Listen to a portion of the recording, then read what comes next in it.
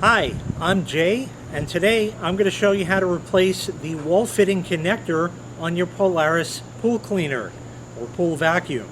This is the part that you put into the wall of the pool and it kind of gives a half turn or so and fits in there. This is what I'm talking about here. There's two pieces here.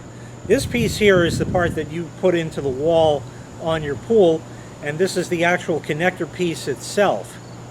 This here is called a universal wall fitting, sometimes UWF, and this has threads on it, and it screws into the into the wall of the pool.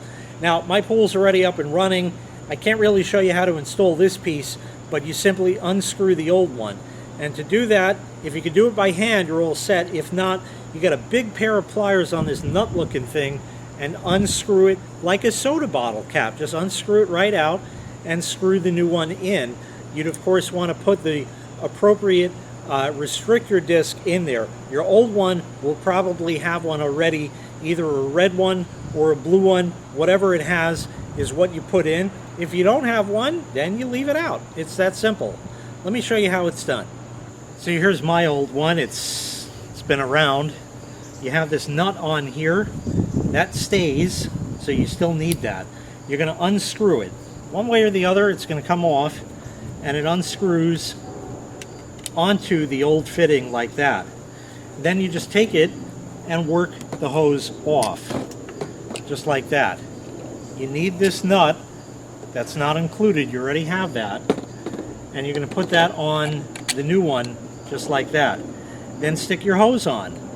It should fit right back where the old one was. You saw how it just sort of popped in place. Screw this down. It should catch the threads already there. And now this particular one does not include a filter.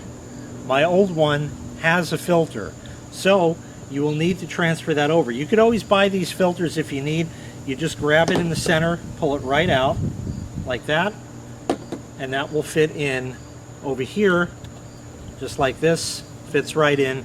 And now you go ahead and put this in your wall fitting on the pool that you've already installed with the correct restrictor disc, and that's all there is to it. Say if this video helped you out, please click the like and subscribe buttons. That lets me know I did a good job making this video and I can continue to provide them for you. Also, if you'd be so kind, if you can click that big thanks button below the video there, it helps me out and helps the channel out. I really do appreciate it. Have a great day.